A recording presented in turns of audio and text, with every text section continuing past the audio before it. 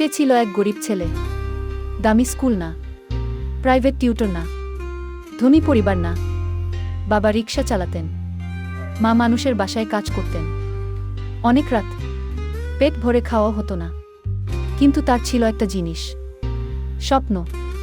প্রতিদিন সন্ধ্যায় রাস্তার আলো বসে পড়াশোনা করত। অনেকে হাসত, বলতো, গরিবের ছেলে বড় কিছু হতে পারে না আগি। সে চুপ থাকত আর পড়ত। বন্ধুরা যখন খেলত, সে অঙ্ক করত।